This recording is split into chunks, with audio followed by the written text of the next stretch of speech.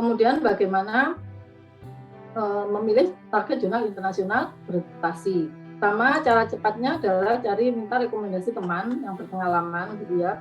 Komunikasi antar teman itu sangat penting karena kadang sesuatu yang sepele gitu ya, pernah saya alami.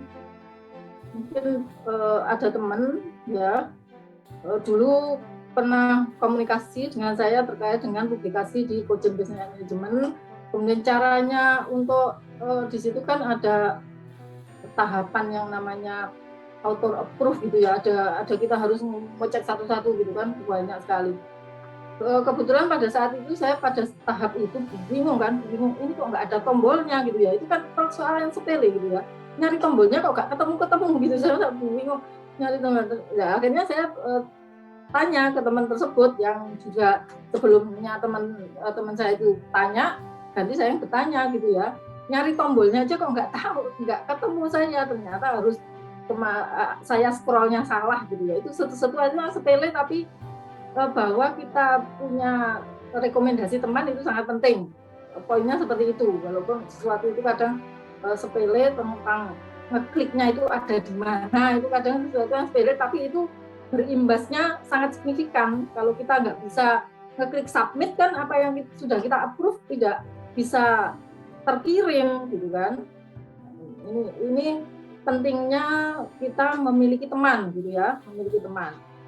Karena itu komunikasi itu adalah sangat penting.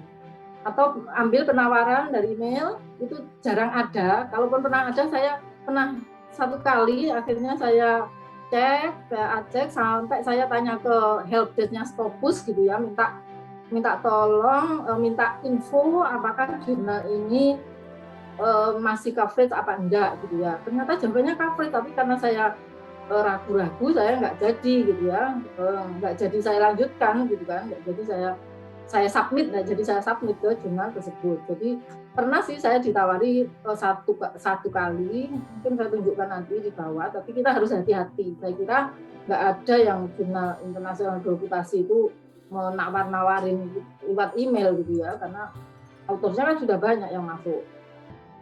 Atau cari referensi dari Sinta autor gitu ya, dari Sinta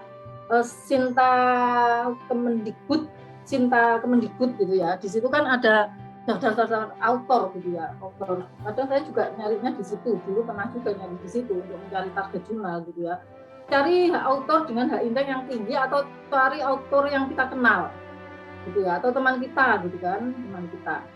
Kemudian cari jurnal itu di Scopus, gitu kan, karena ada beberapa list dari autor tersebut pernah publikasi di mana saja. Kemudian cari kita jurnal-jurnal tersebut di Scopus atau Skimago. Kemudian buat beberapa list nama jurnal, gitu kan. Dari beberapa list nama jurnal itu identifikasi skop dan status jurnal, coverage atau predatory atau bukan. Kemudian cek bahasa, seluruh artikel yang dipublikasikan itu benar-benar menggunakan salah satu bahasa resmi PBB. Kemudian untuk pilih indeks SJR yang sesuai dengan kebutuhan. Kemudian cari info tentang review proses, kemudian lihat artikel publication fee. Ya. Yang berikutnya adalah ini kita bisa mencari target jurnal itu di Sinta Kemendikbud ya. Sinta Kemendikbud di sini kan ada autor gitu ya, ada autor. Tentu pilih yang sesuai dengan bidang kita gitu ya. Yang autor itu adalah, kalau saya kebetulan bidang akuntansi ya, kan saya cari pilih autor di bidang akuntansi. Kalau di Sinta ada di page 17. Silakan teman-teman yang bidang akuntansi lihat di page 17. Kalau itu bidangnya misalkan teknik ya cari yang penulis di bidang teknik gitu kan. Di autor di Sinta kan kelihatan ya, bidang fokus setiap penulis itu akan kelihatan. Atau penulis yang kita kenal, misal saya gitu kan, misal untuk teman-temannya akuntansi lihat aja saya di Sinta gitu ya, saya pernah publikasi di mana saja gitu kan. Nah, berarti artinya dengan melihat autor-autor kita Indonesia yang ada di Sinta Kemendikbud itu kan berarti kita bisa mempunyai kesempatan gitu untuk memilih jurnal tersebut. Misal ini saya ada pernah pernah di mana saja, di Coaching Business and Management. Kemudian kalau Journal of Physics ini kebetulan saja pada saat tahun 2018 ini sih nggak ada hubungannya dengan bidang ilmu saya, karena saya menjadi salah satu anggota hibah penelitian yang untuk keluaran wajibnya itu Jurnal Internasional Bereputasi, sehingga judulnya ini nggak ada hubungannya dengan bidang ilmu saya. Tapi ini menjadi poin penting dalam kehidupan saya karena pertama kali saya mempunyai ini Scopus ID gitu ya, Scopus ID. Kemudian di mana saja, ya jangan ngikuti yang jurnal-jurnal tidak sudah ini, misal di ini kan salah satunya sudah undefined gitu ya, tidak terdefinisi gitu kan, jangan diikuti gitu kan. Kemudian dari beberapa ini mana yang kita ingin publikasikan, tingkatan apa, kita apa Q2 atau Q3 atau Q4 gitu ya, silakan pilih, tapi referensinya itu adalah bisa dari author yang paling tinggi indeksnya di Sinta gitu ya, atau author yang kita kenal. Kalau author yang kita kenal itu kelebihannya bahwa kita bisa komunikasi, misal teman-teman yang akuntansi mau publish di Coaching Business Management atau Business Theory and Practice gitu kan, atau Academic Journal and Interdisciplinary Studies, itu kan bisa tanya pengalamannya seperti apa gitu kan. Ini kalau kita jurnal target itu dari author yang kita kenal. Kemudian cek status jurnal. Misal kita sudah temukan, kita sudah pilih gitu ya, satu jurnal yaitu misal Coaching Business and Management. Cek statusnya. Oke, statusnya masih tercover gitu kan, dan discontinue. Kemudian SJN-nya berapa? 0,34. Kemudian berikutnya di Skimago. Ini harus kita klopkan gitu ya. Kalau ngecek itu di dua-duanya, karena ada nanti saya di sini saya tunjukkan gitu ya. Kita harus benar-benar yakin bahwa di Scopus.com itu juga tidak cancel, di Skimago juga tidak cancel gitu ya. Harus kita cari di dua-duanya untuk meyakinkan bahwa jurnalnya itu masih tercover dan juga bukan predator. Kita juga harus cek itu gitu ya. Kemudian scope jurnal Business and Management and Accounting berarti masuk gitu kan. Kemudian publishernya adalah Coaching OE gitu ya, itu adalah salah satu grup dari Taylor and Francis gitu ya. Ini adalah artinya publisher kredibel juga gitu ya. Itu juga yang dulu disampaikan oleh tim reviewer ketika saya audiensi, ketika dilihat bahwa untuk publishernya itu masuk dalam grupnya Taylor and Francis, itu artinya masuk ke dalam publisher yang kredibel.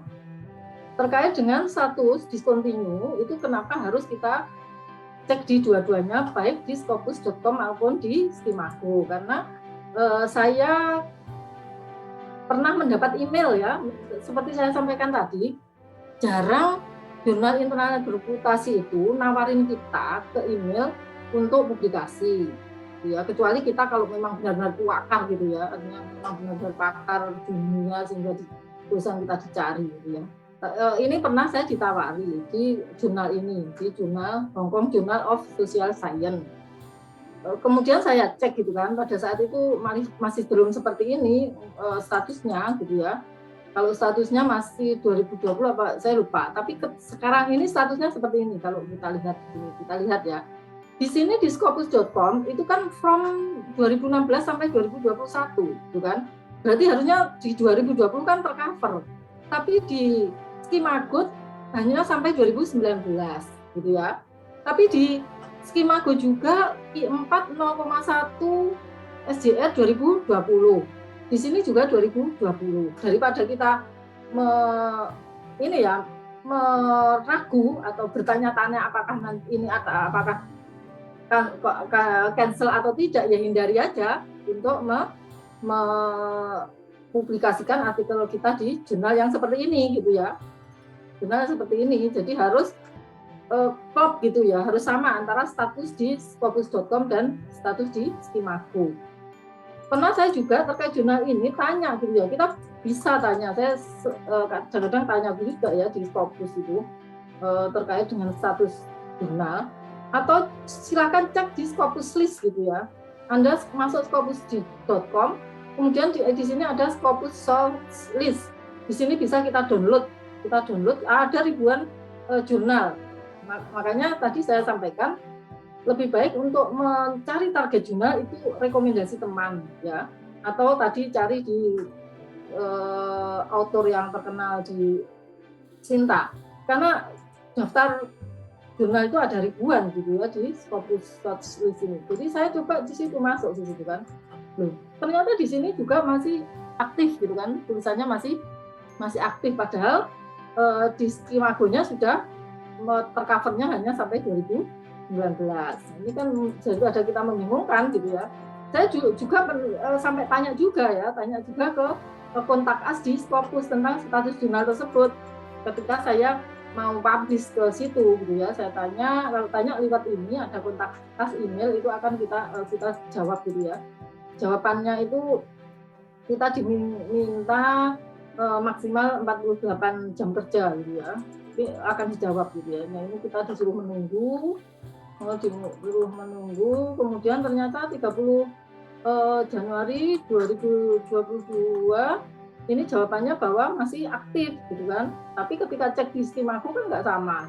Daripada kita ragu, ya sudah, kita lebih baik hati-hati dan cari jurnal yang lain.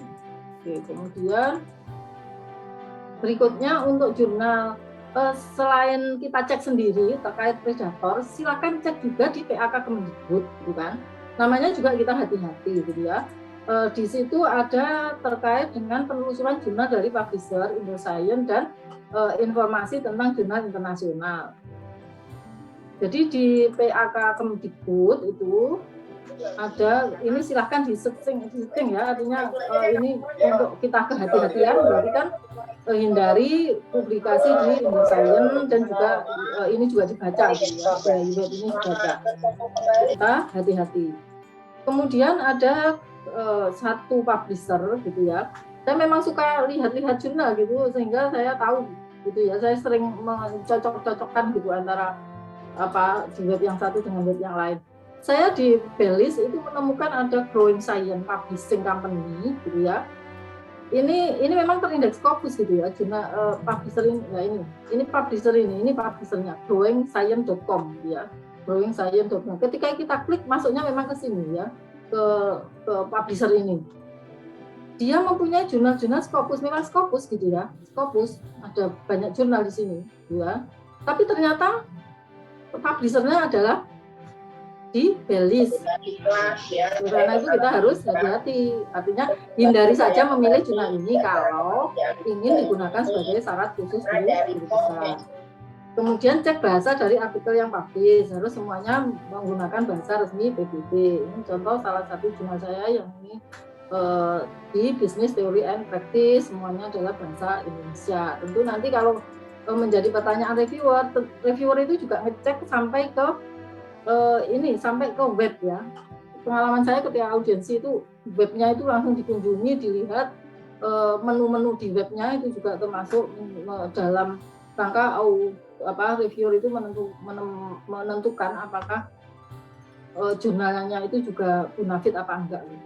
Kemudian memilih H-index, pilih sesuai yang disyaratkan. Jika tidak ada persyaratan bagi pemula, pilih jurnal dengan H-index yang rendah dan bersih dari predator, bukan sebaliknya.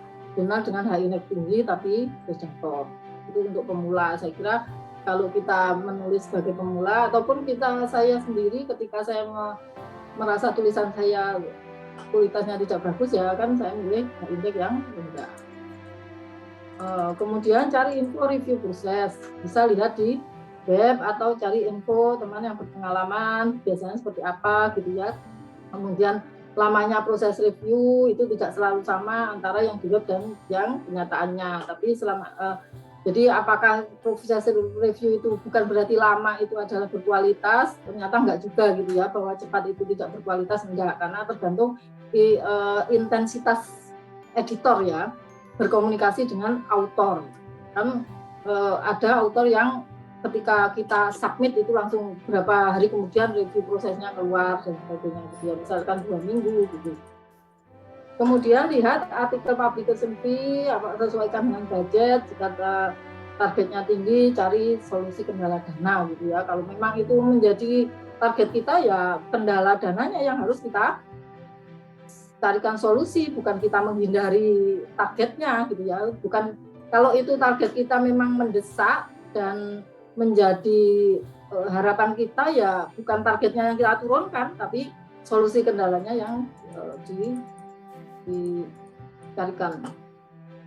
Lesson learn-nya, yang pertama, persiapkan artikel dengan baik. Setiap artikel punya perjalanan proses publikasi, tidak ada artikel yang hanya satu malam selesai, kemudian publish di jurnal yang baik. Itu saya kira nggak ada, karena kita mendapatkan ide penelitian, menulis, kemudian memperbaiki tulisan di bagian mana yang perlu diperbaiki, itu kan perlu merenung kadang ya. Kadang kita perlu merenung, memikirkan, tiba-tiba kita, oh ya yang di sini yang kurang diperbaiki gitu ya, pasti memerlukan sebuah proses. Oleh karena itu tidak ada sesuatu yang instan.